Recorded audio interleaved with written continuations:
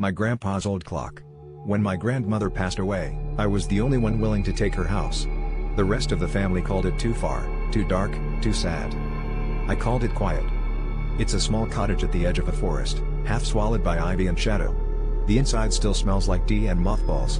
Her furniture is all intact, like she never left, just stepped out for a walk she never came back from. At the end of the narrow hallway, there's a grandfather-style pendulum clock.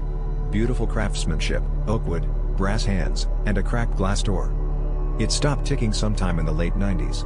My grandmother always said it stopped the same night she had her first stroke. She never wanted it fixed. Neither did I. Until 3 nights ago.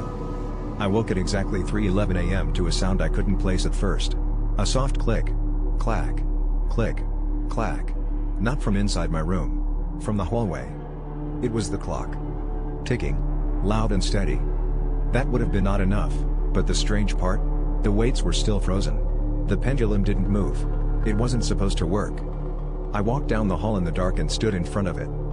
The hands pointed to 3:11. The second I looked, the minute hand twitched forward. The pendulum, unmoving, but the ticking kept going. In the morning, I told my aunt. Her face went white. She told me something she never shared at the funeral. My grandmother believed the clock was cursed. She said it was given to her by a man who never aged, who left it on her porch wrapped in black cloth. He told her, my aunt whispered, that the clock doesn't just measure time. It keeps something in. What do you mean, in?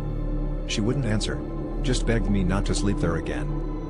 I didn't listen. Last night, I stayed up, all the lights off, staring at the clock from the living room. At exactly 3:11 a.m., the ticking started again. This time, louder.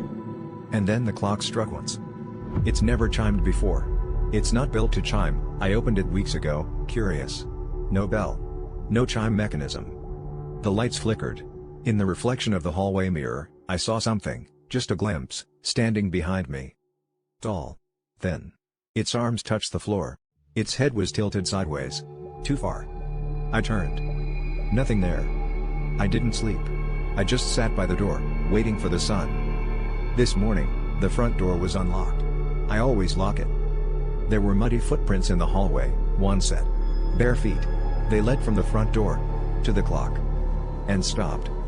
But there were no footprints going out. Now it's night again. And the clock is ticking again.